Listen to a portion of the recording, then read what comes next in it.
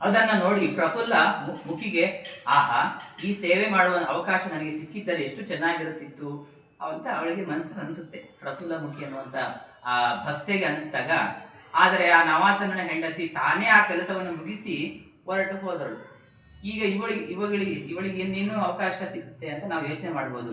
ಆದರೆ ಆ ಹೊತ್ತಿಗೆ ಸರಿಯಾಗಿ ಶ್ರೀಮಾತೆಯವರು ಕೋಣೆ ಒಳಗೆ ಬಂದು ಹಾಸಿಗೆ ಕಡೆ ನೋಡುತ್ತಾ ಪ್ರಫುಲ್ಲ ಮುಖಿಗೆ ಹೇಳ್ತಾರೆ, ನೋಡಮ್ಮ, ಆಕೆ ಎಲ್ಲ ಒಂದಕ್ಕೊಂದು ಮಾಡಿಬಿಟ್ಟಿದ್ದಾಳೆ. ಆ ದಿಬ್ಬಿನ ಚೀಲ ಇದಕ್ಕೆ, ಈ ಚೀಲ ಅದಕ್ಕೆ, ಎಲ್ಲ ಅಸ್ತವ್ಯಸ್ತ. ನೀನು ಸ್ವಲ್ಪ ಇವುಗಳನ್ನು ಸರಿಯಾಗಿ ಹಾಕಿ ಹಾಸಿಗೆಯನ್ನು ಸರಿ ಮಾಡಿಕೊಡುತ್ತೀಯಾ ಎಂದು ಶ್ರೀಮಾತೆಯವರು ಆ ಭಕ್ತೆಯನ್ನ, ಪ್ರಫುಲ್ಲ ಮುಖಿ ಎನ್ನುವ ಭಕ್ತೆಯನ್ನ ಕೇಳ್ತಾಳೆ. ಅದನ್ನ ಕೇಳಿ ಅವಳಿಗಾದ ಸಂತಸ ಅಷ್ಟಿಷ್ಟಲ್ಲ. ಹೀಗೆ ಅನಿರೀಕ್ಷಿತ ರೀತಿಯಲ್ಲಿ ಅವಳ ಭಯಕ್ಕೆ ಈಡೇರುವ ಅವಕಾಶ ಆ ಪ್ರಫುಲ್ಲ ಮುಖಿ ಎನ್ನುವಂತ ಆ ಭಕ್ತೆಗೆ ಸಿಗುತ್ತೆ ಅಂತ ಹೇಳ್ಬೋದು ಅಲ್ವಾ. ನಮ್ಗೆ ಈ ಥರ ಅವಕಾಶಗಳು ಶ್ರೀಮಾತೆಯವರು ಮಾಡಿಕೊಡ್ಲಿ. ಆ ಪ್ರಫುಲ್ಲ ಮುಖಿ ಎನ್ನುವಂಥ ಭಕ್ತರಿಗೆ ಹಿಂಗೆ ಹಾಸಿಗೆಯನ್ನೆಲ್ಲ, ಅಂದರೆ ಮಹಾತ್ಮರ ಚಿಕ್ಕ ಚಿಕ್ಕ ಸೇವೆ ಮಾಡಿದ್ರೆ ನಮ್ಗೆ ಸೇವೆ ಮಾಡೋ ಅವಕಾಶ ಸಿಕ್ಕರು ನಮ್ಗೆ ಎಷ್ಟು ಸಂತೋಷ ಆಗುತ್ತೆ ಅಲ್ವಾ.